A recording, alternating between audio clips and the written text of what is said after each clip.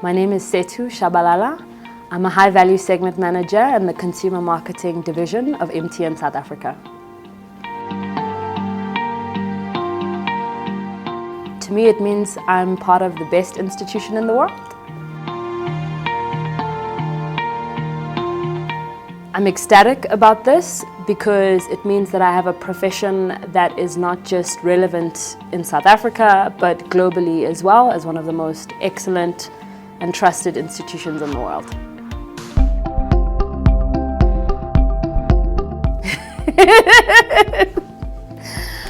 It was, I think in my head, I thought it would be really intimidating, but when I got into the room, it was really a conversation of interested parties, and I really appreciate being able to tell my story.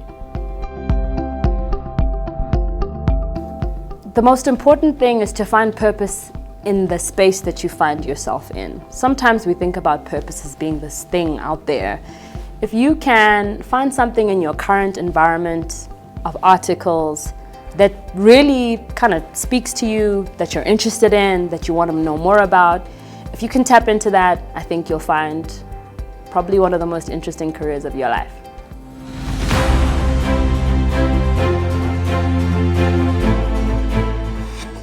You know that emoji with the eyes wide open? Like the shocked, surprised emoji? That's my emoji for my career.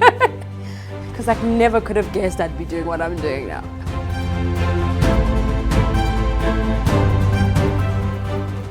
I think sometimes I'd go on to audit clients and the partner would say, I need to audit the number of trees on the mining plant. And I'd be like, what? When am I going to finish doing that? So those were some of the questions I got in articles.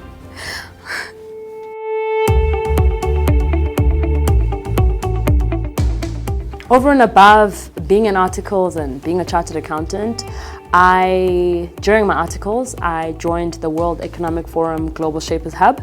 And this was because I found myself at a time in my career where I was just surrounded by chartered accountants. I used to go out with them, we used to work together, and I felt like surely this is not normal to be in a world where everyone is a CA. And so one of my lecturers really encouraged me to start volunteering for the Global Shapers.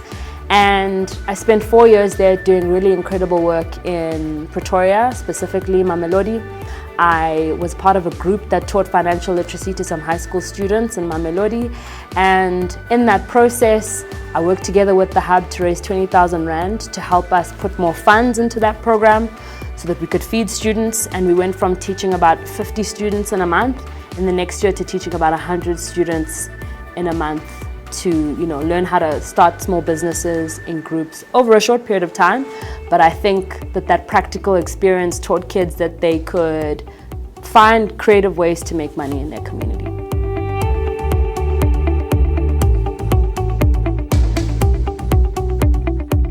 Oh my gosh, what is my guilty pleasure? Okay, actually I found it. It's scrolling through TikTok because, oh my goodness, TikTok creators are so funny. I'm a big fan of creators who are like a corporate persona, like an HR persona or a finance persona. There's like, there's some other accounts on social media like UCT Just Kidding. I really enjoy those accounts because as a student and as someone in corporate, you can always find like a video on TikTok or Instagram that will make you laugh because you can relate.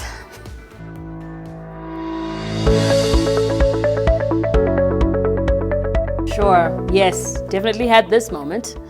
I was in Ghana on a work trip for a telco conference, and at reception I spotted Steve Harvey. And as a single person, I was watching a lot of his videos back then. I still am single, but I am not watching his videos anymore because of that moment. So, I kind of ran up to him and I was like, oh, can I get a photo with Steve Harvey? His security was like, no. And then one of his sons was later like, no, I'll talk to my dad and you'll get your photo. We got the photo, but it was very clear that Steve Harvey was not interested in taking a picture with me. So yeah, I stopped watching his videos because he wasn't very nice. But maybe he was just groggy.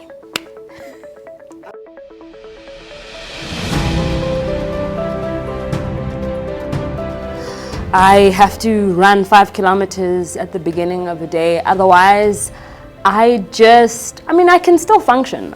But really, when I go for a 5-kilometer run in the morning, it like turbocharges my happiness emotions, my endorphins. Even if I'm having a really tough day at work, I just brush it off because I'm like, I ran 5Ks today. So it feels like an achievement.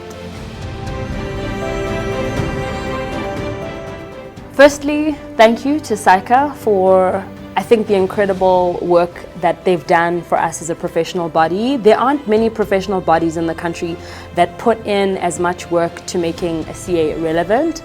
I think a message might be, how can we think about creating CAs of the future with technology, AI, and machine learning in mind? That's what I'd like to leave with the profession. Thank you. I really am a people person, and through people, I'm able to tap into their skills, and that's how I'm able to make an influence and lead.